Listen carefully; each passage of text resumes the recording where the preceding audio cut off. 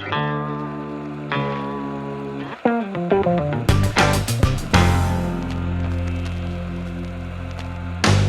right, howdy. How are you doing? Good, Joe. What's up, man? First time talking to you. It's awesome. Yeah, first time actually like voice to voice Voice to voice. conversation. Yeah, so today we're going to talk about movies that we loved as kids that have been remade and whether we like it or not. Yeah, remake conversation. This is going to be negative on my part. I think everybody feels the same. I could be wrong though. Like, here's a question for you. Do you think it's just a lack of, a lack of effort on behalf of Hollywood to actually go ahead and make new movies, or is it seriously just a matter of we are so comfortable with the old stories that we don't want to actually move into new areas? What's your opinion on that? It's a cash grab. It's a nostalgia cash grab that they like. Okay, it's familiar. People know it. And kids are aware of it, but they probably haven't seen the original. That kind of guarantees us an audience. You know, Mm-hmm. people are like, Evil Dead. I've heard that title before. I'm gonna go see it. So I think for the most part, it really just comes down to that, and it's sad. There's a lot of wisdom there. Yeah, I can see where you're getting at, definitely, and I think that's definitely a big part of it. I just wonder, I'm gonna go semi-political here and stupid, but I've also been talking to hippies for the last 6 hours, so I'm also thinking after talking to them that it's also war fatigue that leads us to the same stories that were happening during the last big war. So if you look at like the 90s, we didn't see a lot of remakes the way that we see remakes now. A lot of the remakes we're doing are remakes of movies that are made during the Vietnam War or post-Vietnam War of people who experienced it. And I think that what we're seeing right now, maybe I'm wrong because I've had 6 beers up to this point. Hi, audience, that's me. I like talking to them actually made me really think like they see today the way that everybody saw the world back during Vietnam War. Nobody's talking to us properly. They're lying all the time. There are people who are suffering horrible fates in different parts of the world. We don't trust anything anymore. And I wonder if that's a big part of it too. What do you think on that? That is some super deep shit right there, just for a remake conversation. Sorry, I No, it's cool, man. Take it deep. Take it deep. Oh Oh gosh, man. I had never thought about it that the way before. So there's all that kind of thing can always apply as far as I'm concerned. Yeah. Um, I don't know, man. You left me speechless. I'm sorry, I didn't mean to do that. It's just, as I said, I'm talking to my neighbors, and my neighbors are, they have friends who are in Vietnam. And when they talk about everything, they talk today as though Vietnam is still happening. Now, granted, they are, very kind of 60s oriented people. They're older. By the way, they have great beer. I would say the name of it, but I'm too stupid to have actually remembered the name of it. So it's a Guinness brand. But as we were talking, I was talking to their son, who's actually your age. You're 33 or 34 this year? I'm 34. 34. He's 34 too. Good. I was right, and then I was testing the water. What happens is as I was talking to him, he's asking a lot of questions that just reminded me of what I would hear when I listened to videos of people talking back then, as they're at Vietnam or as they're here protesting the war. It sounds like the birthing pangs of kind of a cultural shift, and maybe I'm crazy. I don't know, but hey, that's 6 beers and talking to hippies. Maybe start thinking that way. So you Man, kind of if I you're saying like the remakes these days is kind of a reflection of because of the times when the originals came out. Absolutely, absolutely, and I think another part of it too is the fact that the money part really does add into that because the theaters know what sells is public, dissidence from the means. I mean, think about it this way. Let's go back 2008. What was everybody saying? We're sick of the wars. We're sick of the banks. We're sick of the American dream's over, that type of thing. That itself was all those movies leading up. Back in the time when you saw something like Night of the Living Dead, this is 1968. People were probably speaking and thinking the same way, and they were just about to enter the early 70s of Oh, insane spending. yeah, that's true. Okay, I follow you. So So what I'm thinking is that we're just experiencing kind of a secular kind of thing, a cycle of insanity, where we're just kind of repeating the past due to long-term wars. But Yeah, well, humans do tend to repeat history quite a bit. What's interesting though about back then was right when the Vietnam War was ending and whatnot.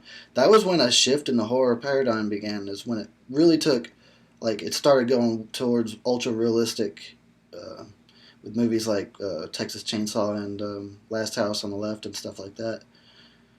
Oh yeah, definitely. You spot on that one. I agree. So let's get back to the remakes and about our childhood. Like, so what's a movie from your childhood? Let's go ahead and, if you can think of two, something that was remade from your childhood that you enjoy the remake, and one where you're just appalled by it, if you can think of them. Okay, I got two really good examples, and I hope they do well. Let's say the one I disliked, just because who I am, and I would say Texas Chainsaw Massacre. And the reason why actually, then I'll mention the one I liked, and the one I liked was Dawn of the Dead, the remake in that situation. Okay. And those would be my two. What are yours? Oh gosh, let me think for a moment. Remake. I know it's hard, isn't it?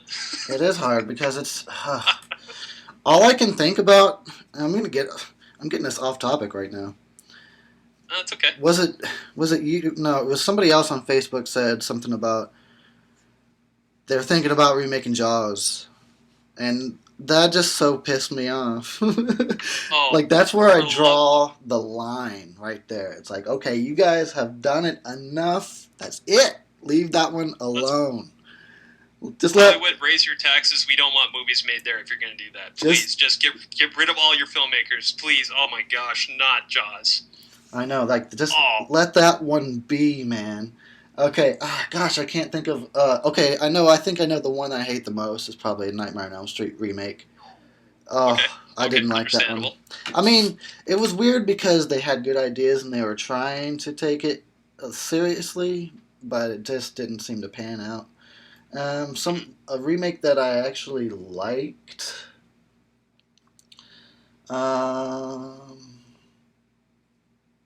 Gosh, I can't think of it right now. I will say this is in contrast to your answer, I kind of did like the Texas Chainsaw remake a little bit. Okay. Thought it was okay. I hear that a lot, actually. I really do. I definitely. So here's a question. All right. So now we mentioned two that we dislike, and we mentioned two that we like. Now, obviously, we're both different on the Texas Chainsaw Massacre, so let's pin this sucker down, spread its wings, and dry it out so we have something to look at. All right. Sorry, I've been watching Oddities, and they're talking about butterflies. So, what happens here is, okay, Texas Chainsaw Massacre. We see the original, and you and my buddy Martin Thomas. Now, are you a fan of the original, or you dislike the original? Oh, I love the original. You love the original, okay, but you like the new one a little better. No, not better. No, not better. Just I think they did good enough. Like, it could have been worse. Okay, so you like the remake, but it's not like you dislike the original. Okay, Martin, on the other hand, he dislikes the original, but he loves the remake because he likes that kind of grittiness that there is with it. It's a lot darker in its tones and its colors, and then it looks a lot warmer. Like, when they're in the heat and stuff like that, like driving in the van or whatever, it's so much brighter than what the original was. What do you think? Well, I think he's got, in the daytime driving scenes, I can see they really do look hot and sweaty as hell.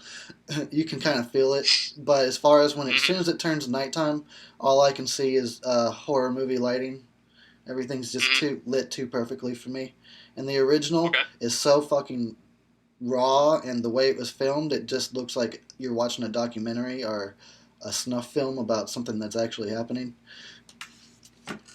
Oh yeah, definitely. That's why I say, like, to see the remake is kind of heartbreaking, because when I see the original, I'm so amazed at what they did with such a low budget.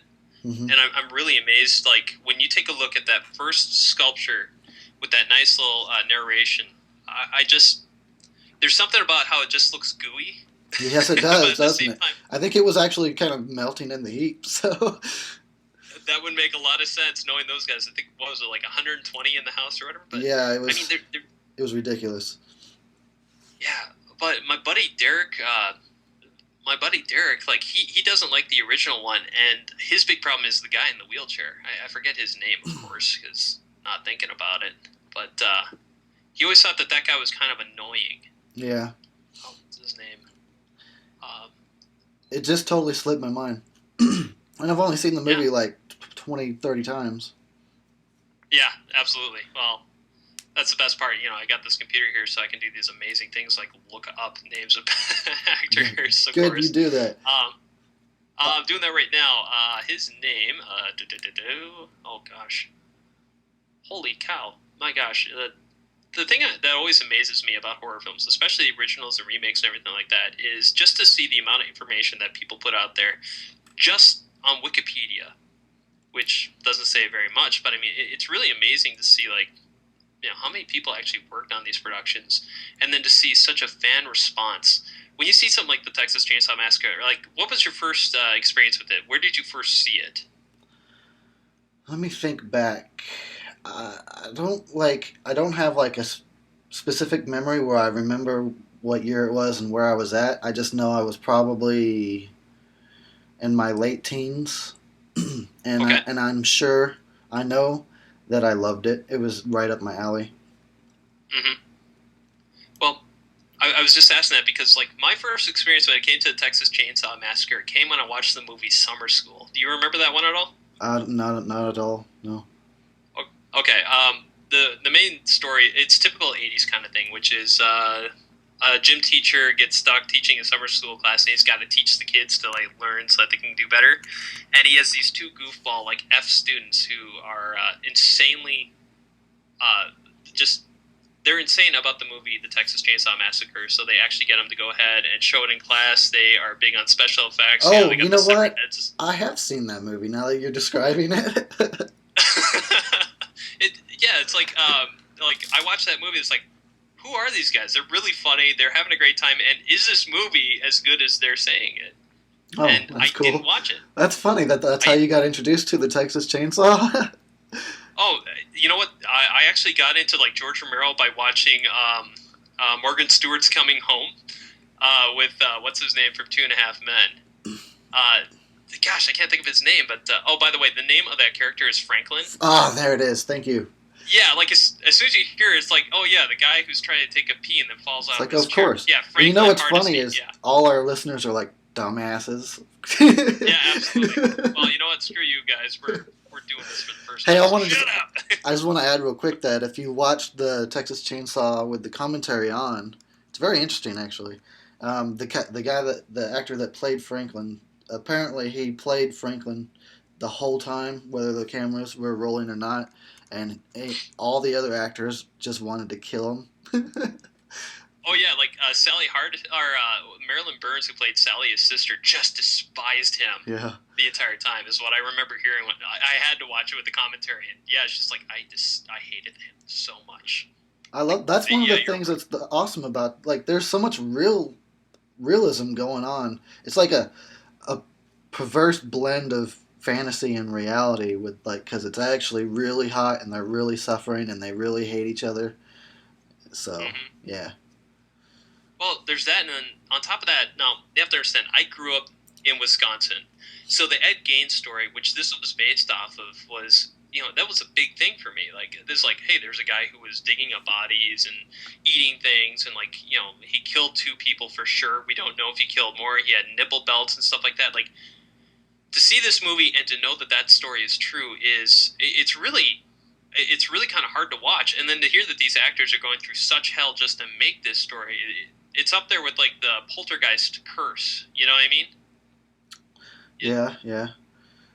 Well, anyway, we'll stay on the Texas Chainsaw Massacre. I'm not going on a Poltergeist thing, but anyway, I promise I'm gonna try staying on subject. But what happens is, like, I'm sitting here watching this movie, and you're right. Like, watching him, like, my buddy Derek hates it so much because of Franklin. Because Franklin is he's an ass. Yep. He's an ass in a wheelchair, and you feel no sympathy for his character whatsoever. Like, did you actually enjoy seeing him get ripped apart by that chainsaw? I didn't feel a little bad about it. It was like, yes, you know what? I was waiting for him to die so I can actually see Sally run.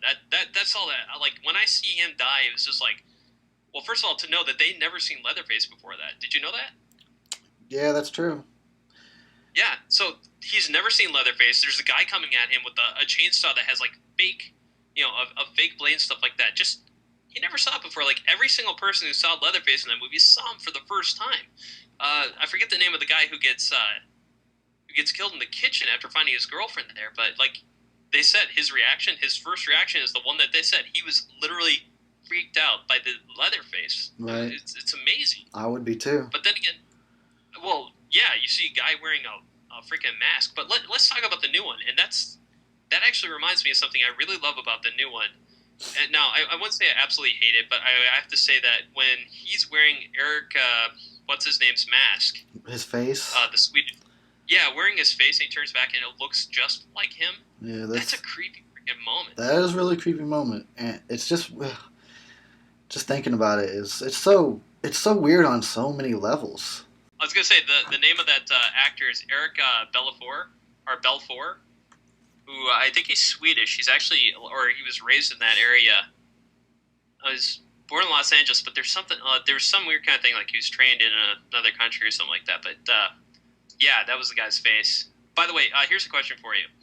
In the new movie, would you say like the strongest thing besides like the horror movie lighting and kind of typical things? My question is, was it Jessica Biel's butt that really attracted you the most to that movie? Oh, she did not hurt that movie at all, as far as I'm concerned. Damn. Yeah, I could watch that movie over and over again because of her jeans. I know, right? Her jeans, yeah, and that Yeah. shirt that she's got.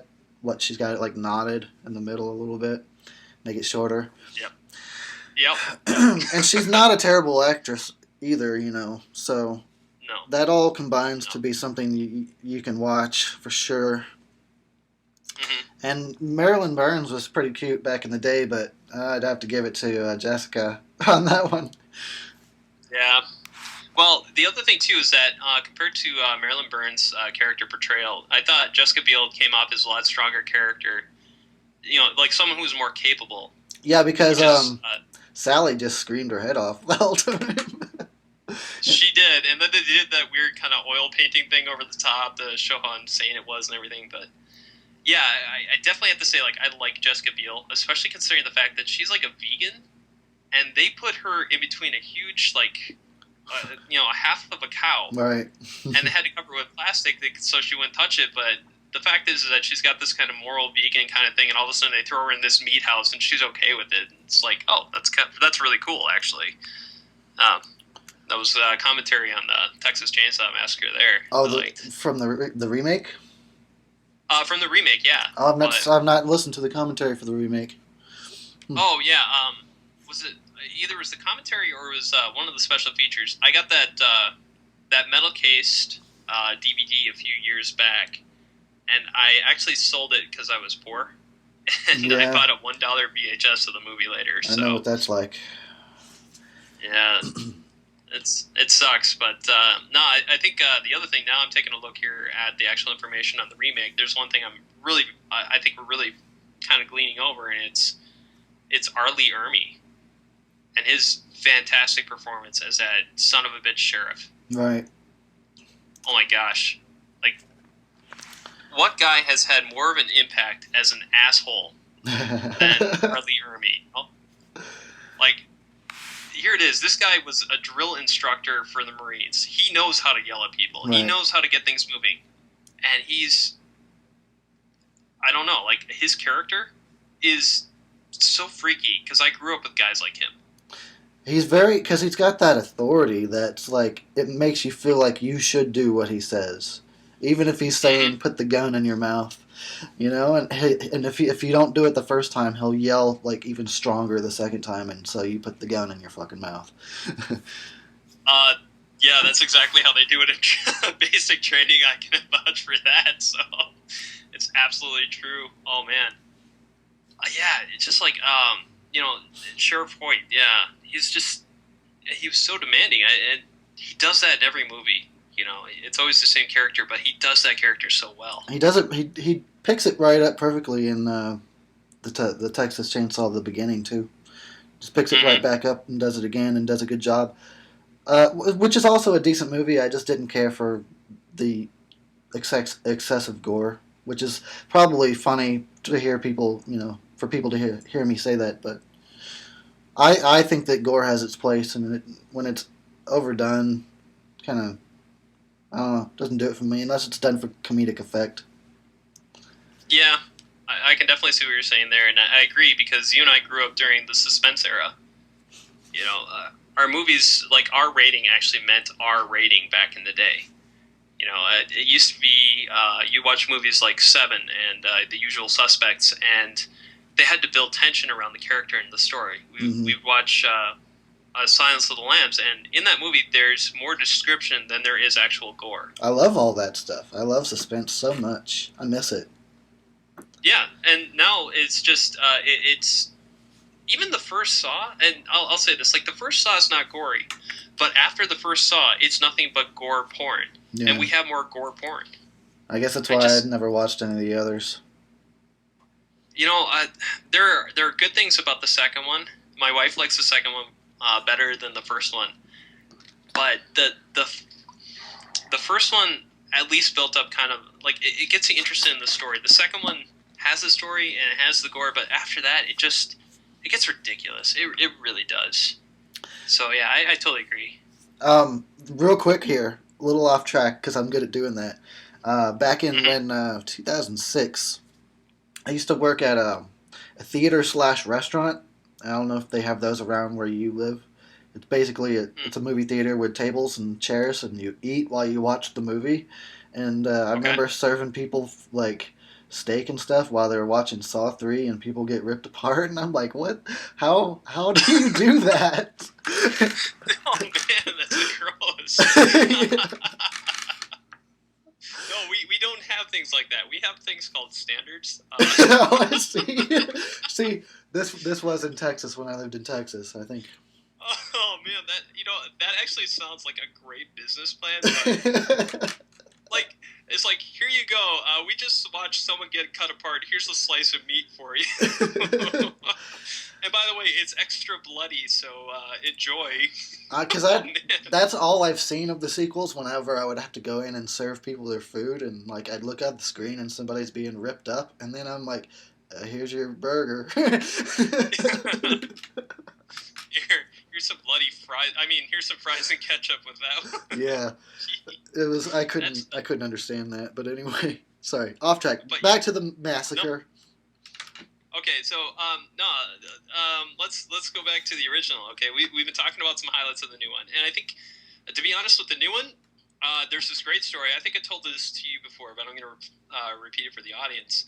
There's this story that I think it was either Tobe Hooper or it was the director of photography who was called up by like the producer. And he says, "Yeah, we're going to make this movie. It's going to be really dark. It's going to be creepy. It's going to be, it's going to get psychological." And he asked the guy, he says, "Have you ever seen the original movie?" Yeah, I've heard about this.